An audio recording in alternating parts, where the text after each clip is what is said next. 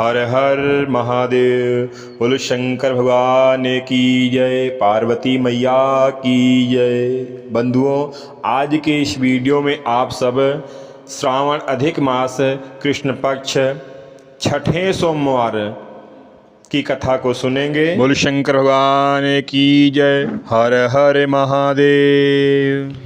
एक नगर में एक साहूकार रहता था। उसके घर में किसी प्रकार की कोई कमी नहीं थी, परंतु वह पुत्र न होने कारण अत्यंत दुखी रहता था। पुत्र की कामना के लिए वह प्रत्येक सोमवार को शिव जी के मंदिर में पूजा अर्चन वंदन किया करता था और शाम को सायंकाल में जाकर मंदिर पर दीपदान किया करता था। इसके भक्ति भाव को देखकर एक समय माता पार्वती जी ने शिव भगवान से कहा, प्रभु, यह साहूकार आपका अनन्य भक्त है, बड़ी श्रद्धा से आपका व्रत और पूजन करता है। आपको इसकी मनोकामना को पूरा करना चाहिए। यदि आप ऐसा नहीं करेंगे तो मनुष्य आपका पूजन तथा व्रत क्यों करेंगे। माता पार्वती का ऐसा अनुग्रह देख शिव जी ने कहने लगे, हे पार्वती, इसके भाग में पुत्र ना होने पर भी मैं इसको पुत्र की प्राप्ति का वर देता हूँ, परंतु वह 12 वर्ष तक ही जीवित रहेगा। माता पार्वती और भगवान शिव का यह वार्तालाप साहूकार सुन रहा था। उसको ना तो प्रसन्नता हुई और ना ही दुख हुआ। वह पहले की तरह शिव जी का व्रत और पूजन करता रहा। कुछ समय बाद साहूकार के घर अति सुंदर पुत्र हुआ। साहूकार के घर में बहुत खुशियां मनाई गई। साहूकार असलियत जानता था, इसलिए उसके मन में न तो खुशी हुई न दुख हुआ। जब बालक 11 वर्ष का हो गया तो उसकी माता ने साहूकार से उसकी विवाह करने के लिए कहा। साहूकार इसके लिए राजी नहीं हुआ।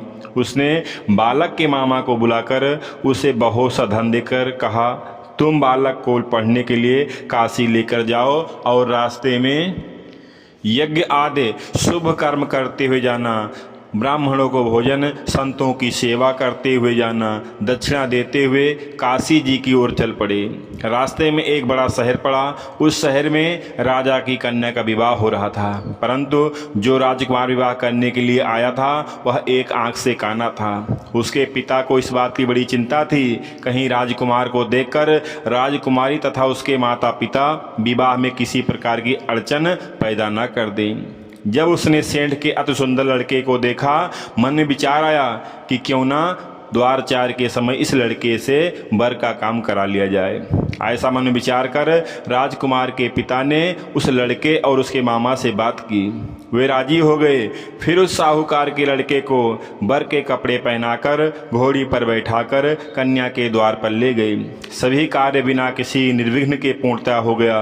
राजकुमार के पिता ने सोचा, यदि विवाह कार्य भी इसी लड़के से करा लिया जाए तो क्या बुराई है। ऐसा विचार कर लड़के और उसके मामा से कहा, यदि आप फेरों और कन्यादान के काम को भी करा दें तो मैं इसके बदले आपको बहुत सा धन दूंगा। दोनों ने इसे सहर्ष स्वीकार कर लिया। विवाह कार्य अच्छी तरह से संपन्न हो गया। सेठ का पुत्र जिस समय जाने लगा तो उसने राजकुमारी की चुंदरी में पल्ले पर लिख दिया, तेरा विवाह मेरे साथ हुआ है, परंतु जिस राजकुमार के साथ तुझको भेजेंगे वह एक आंख से काना है। मैं काशी जी पढ़ने जा रहा हूँ। सेठ के लड़के के जाने के पश्चात राजकुमारी ने जब अपनी चुंदरी पर ऐसा लिखा पाया तो उसने अपने पिता को सारी बात बताने के बाद काने राजकुमार के साथ जाने से मना कर दिया। राजकुमार अपनी कन्या को विदा नहीं किया और बारात वापस चली गई। उधर सेठ का लड़का और उसका मामा काशी पहुंच गए। वहां जाकर उन्होंने यज्ञ करना और लड़के ने पढ़ना शुरू कर दिया। जब लड़के की आयु 12 साल की हो गई, उस दिन उन्होंने यज्ञ रचा रखा था। लड़के की तबीयत खराब हुई, वह अंदर जाकर लेटा और उसके प्राण निकल गए। जब उसके मामा ने आकर देखा कि उसका भांजा मृत पड़ा हुआ है तो उसको बड़ा दुख हुआ।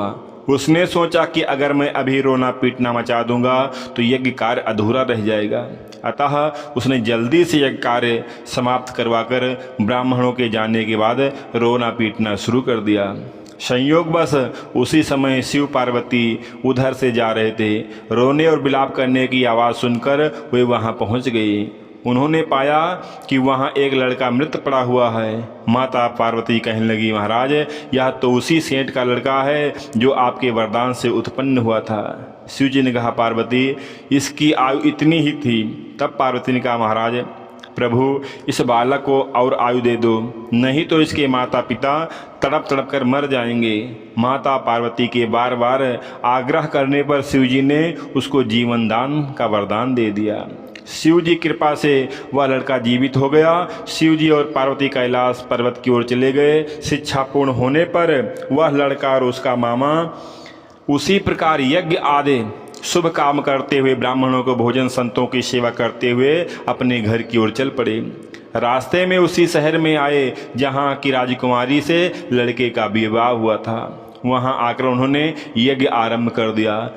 उस लड़के के ससुर वहाँ के राजा ने उसको पहचान लिया और महल में ले जाकर उसकी बहुत आवभगत की तथा बहुत से दास दासियों सहित आदर पूर्वक अपनी राजकुमारी और जमाई को विदा किया। इधर शाहूकार तथा उसकी पत्नी अपने पुत्र को सही सलामत लौट आया देखकर बहुत खुशी हुई।